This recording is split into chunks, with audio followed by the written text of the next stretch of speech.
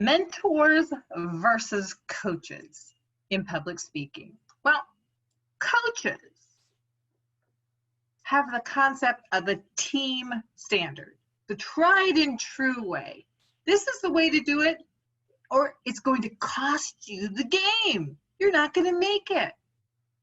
Now, a mentor, I learned as a brand new baby Toastmaster, knows that this is not the club's race. This is not the mentor's race.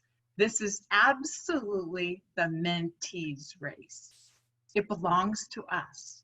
The mentor is to paddle alongside, complimenting, giving encouragement, and letting the mentee know something very important to a public speaker, that mentee is absolutely fascinating. You've got nothing to talk about? You're not interesting? Gracious no. You are the most interesting thing in the entire world. Everything you do is a speech. Everything. I'd like to introduce you to my mentors. In my experience, I didn't have a singular mentor. I had whole club mentorship. Please note the gentleman with the Egyptian pharaoh's cap. Funny, charming, everything about this club is encompassed in that look. We had, in real world, all kinds of aloha going on, and we commemorated darn near everything. Yes, Toastmasters, my fellow Toastmasters, and welcome guests, we were a whole club and still are of mentors. You see Chris Tobin there. Now, technically, I'm his mentor, but I gotta tell you, that man is so filled with courage beyond belief that he's given me a courage. When I think I can't do something, I think about Chris standing up and walking to the lectern, when that's an almost impossible task for him, certainly very difficult. Annette was the one that said, you know what, you're really good at this. At Speech 6, you're still having notes. You still have notes at Speech 6. And she just went and grabbed them right out of my hands. That was it. My last 7 notes. What a wonderful mentorship that was. Fred is an important, really big deal doctor, for goodness sake. And he not only mentors us, but he's busy mentoring physician's assistants all over the world. Can you believe that? We have these amazing people. Pat Hansen, I don't think I knew a thing about sex until I came here. Now I know all sorts of good stuff. Carrie, the etiquette lady, my goodness, she taught us everything. Carl the weatherman, are you kidding? And not to mention Robert's Rules of Order. Do we not know our Robert's Rules of Order? We certainly do.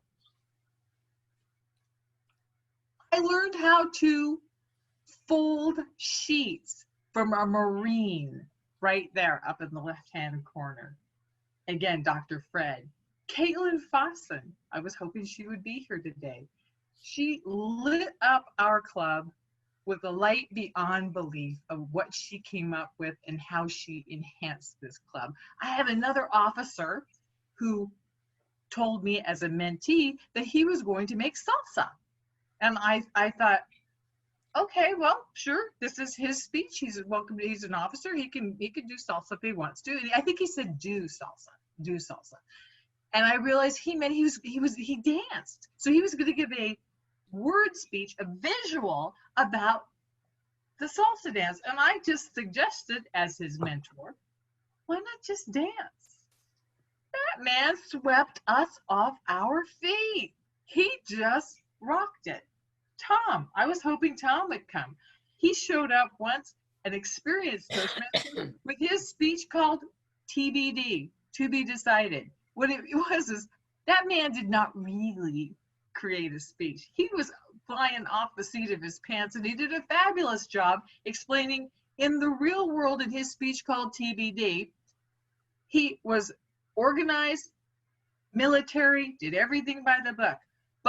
In Toastmasters, he had it so down, he just flew by the seat of his pants in his real world life. And that's how you can do it too as a speaker. Hussein, he came up with a speech and said, you don't know how to do a thing? Just Google it. His whole speech was about forget this, forget that. Just go ahead and Google it. Just Google it. Monique, you can be a marine biologist and still talk like a pirate. Yes, you can. You absolutely can. Carl could put a bread clip on his ear and it's an earring. As a speaker, these are all the things that we can do in our excellence of learning to communicate the way we want to, not the way somebody else wants to. We have, and I won't name names because I didn't get permission, within our club, a young lady who in her secret life is actually a genocidal maniac. That's right. We have a roller derby gal. Who would know? And she's sitting right here. If she wants to fess up, that's fine. Otherwise, she could just sit back and let us all gasp. Again, Carl the Weatherman. We have within our club Marines, naval officers. It's just a fabulous grouping of individuals that are all swimming their own race. They have their own strokes. It's all what the club members are about. And that's what's so marvelous about a club that is group mentoring or singular mentoring, either way. But that's what this club does. Everybody helps you out. This was then. The serious side of our mentoring, the serious side, see us there, we're out trying to get new members, and I'm not seeing the timer, by the way. And then we have this silly side, and that's who we are as a group. That's who we are.